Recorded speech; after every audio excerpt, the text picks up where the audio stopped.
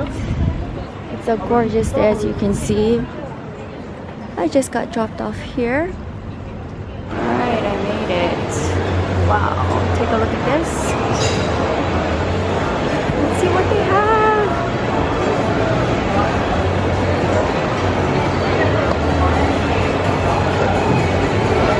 Ooh, pastries.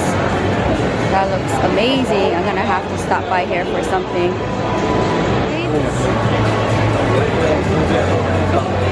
Now to just find some place to sit. Wow.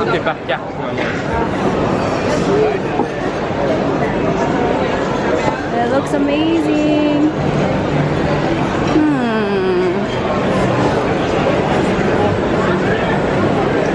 Okay, if you're a foodie, this is like the place to be. I'm just trying to figure out where and what I'm going to order because a lot of this is the mad chaos. I think I'm gonna go back to that place right here that had pescado.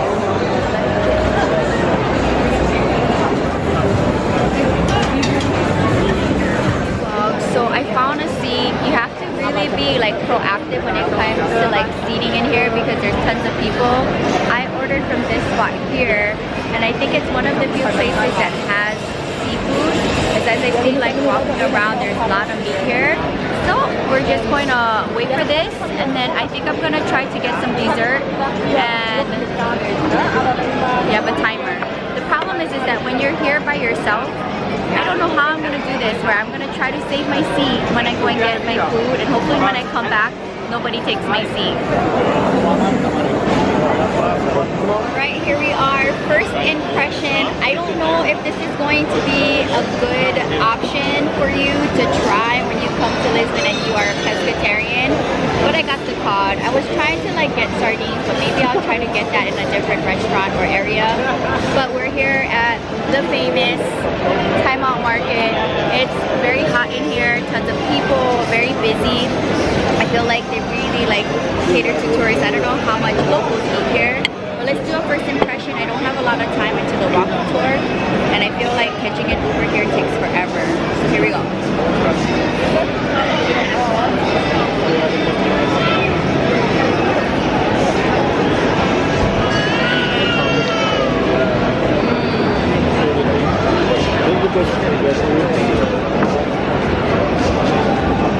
Need to get that famous pastas donadas, but I want to go to the original place.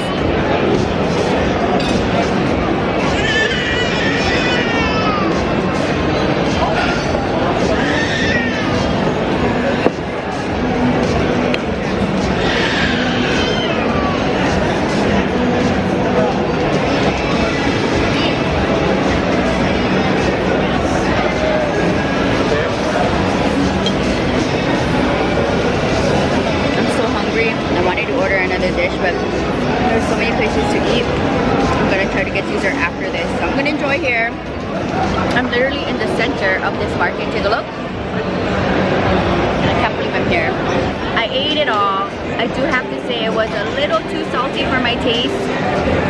With that being said, I think we have about 50 minutes until the walking tour starts, so I think I should head down to that area because it's gonna take me half an hour to get there. So here we go.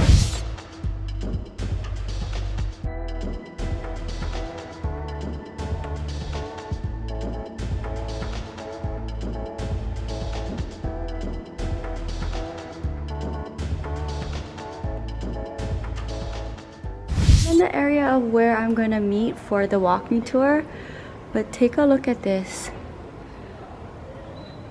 The magnets. She's overworked these days, so she doesn't do any of the classes to make your own. But if you are interested in classes to hand paint your tiles, let me know and I'll give you some other recommendations. Okay. Women like her, like Maria de Luz. We're gonna see a lot of pictures of these beautiful women on here, but let's go to the next one so we don't hug up the streets. And I'll show you another favorite one. But Alfama is facing huge gentrification for many multiple reasons, which I'll touch on a little bit later. The patriarchs and the matriarchs. These women and these men on the pictures, they are born in these houses. They will pass in this house. And though Alfama is a 3,000-year-old hill, the reason why it's so special is because of the people. When they pass, they kind of take a little parts of the heart of Alfama with them. Store or their house is always next door to them, okay? So right there, the 22 and 22A, every morning those doors are open and Maria Amelia will be inside there and she's selling her fish. Her family, they're the fishmongers of the neighborhood, they're the fishermen. They go out to sea very early in the morning in Costa de Caparica, they fish, they bring it all here, and they're the ones that provide fresh fish for the locals and for the restaurants here. Would likely vegetarian options. This is a month-long celebration that goes all around Portugal. But Lisbon has one of the biggest parties, along with Porto, of course. In Porto, the special day is June 20th, and they celebrate São João, which is the hardest name I had to learn in Portuguese. João. It translates to John, basically. In Lisbon, the tradition is a little bit different. They consume a lot of sardines. About 9 million a day, because it's also a big sardine festival. But we specifically celebrate St. Anthony. But keep an eye on this wood, remember it. I'm going to tell you a story towards the end, and this wood will come into play, okay? All right, fantastic. Let's continue. A bit more up the hill. We're going to conquer the hill right now, okay? And then the rest will be done. Fireworks and birds.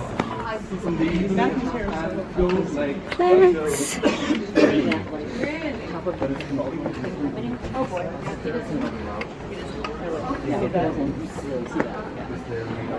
Look at this Hoya.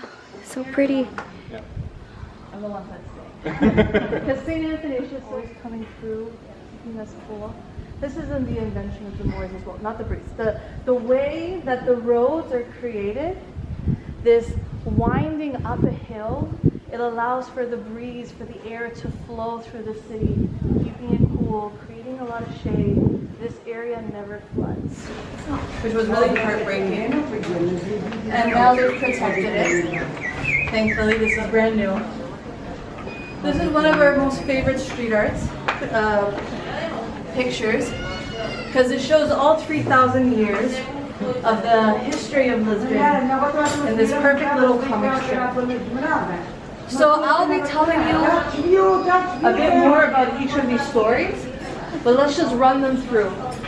So remember I gave you that onion? The first 5 strips of the onion. We have the first people that came here, the Phoenicians, then the Romans, Visigothic Germanic tribes destroyed the city. The next best civilization, the Moors, coming in 711. 1147 is when the Christians conquered the city from the Moors. It started with our first king called Alfonso Henriques. And in 1147, he actually asked the help of the Crusaders. Richard the Lionheart sent 300 of his Crusaders here to surround the castle of what we now call St. George, and they starved the people out of the castle. That is how they actually managed to win. And that's how they expelled all the Moors from Lisbon. 1173, the building of Sal Vicente e Fora. E Fora means beyond the walls, and when that started being built, it was outside of the walls of Lisbon. And we need a horse and carriage to get there.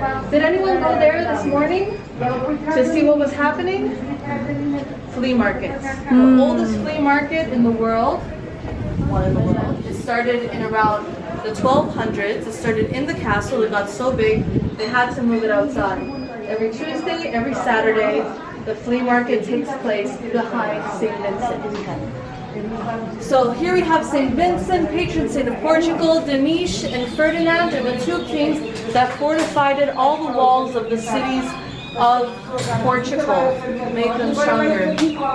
1384, Portugal and Spain go in the first ever war against each other. The Portuguese are greatly outnumbered. Imagine 300, yeah? This is how the movie plays out. The Portuguese are outnumbered 5-1, 5,000 Portuguese against 30,000 Spanish, and the Portuguese managed to win thanks to this guy right here, Nuno Alves Pereira. He's an amazing strategical mastermind genius, He holds the war between two rivers. Like that, the Spanish are advancing slowly. Again, he gets the help of England. Portugal and England have the longest standing friendship treaty in the world, the Treaty of Windsor. And so England sends help. They send longbowmen. The longbow was a brand new invention at that time. So they were sitting at the top of the hills and they were shooting the soldiers as they came slowly. So Nuno Alves Pereira, he built the convent behind him that we're going to see at the end, the Carmo, as a thank you to God for helping him win that war. Then, this is what makes the Portuguese famous. Vasco da Gama. Vasco da Gama is the first ever European to step foot on Indian soil. He comes back with the Treaty of the Spices. Spices, black pepper was the black gold back then. If you wanted black pepper on your dinner table, you would have to work your entire life to get this much of it. So we'll talk more about Vasco da Gama and a type of music that came out of during this time. 5% of the taxation of the black pepper was put in the building of the Jerónimos Monastery, a UNESCO heritage site that you still see in Belém today. The massacre of the Jews. The Inquisition was here in Portugal as it was in Spain a little bit later on, and a terrible massacre had taken place that took the lives of 4,000 people within 3 days. Casa de India exists until today. Now it's a restaurant. They used to sell the spices and now they make very good peri-peri chicken. The auto de fe, this is the death sentence. Originally, it was abolished in 1821. 1580, the youngest prince of Portugal, age of 3, he becomes the king of Portugal. And when he's 22, he goes on a crusade. He goes to Morocco thinking he can kill everyone all the way to Jerusalem, where he would be crowned king of the world. He dies in the very first battle. And that, he leaves Portugal without an heir. And so, the next person in line for the Portuguese throne, they're Spanish. Hence, the Spanish king is coming in with his maracas. He's dancing all the way in. 1581, Philippe. This is the time where they found the Philippines, and it was under Philippe, hence why it was named after him. 1640, the Portuguese kick the Spanish out. They get their country back. 1731 is the building of the aqueduct. If you were flying on top of Lisbon, you will see the beautiful aqueduct. 1755, Lisbon, earthquake. As we can see, the city is being torn down. We're seeing the tsunamis. We're seeing fires. We're going to talk a lot about this. 1777, Marquês de Pombal. He rebuilds the city of Lisbon. He does this in record time, 10 years. It took them to rebuild the whole of the downtown of Lisbon. Age of Romance, Napoleon coming to attack. The Portuguese royalty are fleeing to Brazil. And the capital of Portugal, the next 14 years is Rio de Janeiro. So the capital of Portugal was in Rio.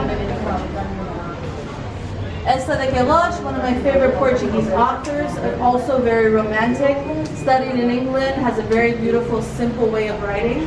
1910, the Portuguese kick their younger king out of the monarchy.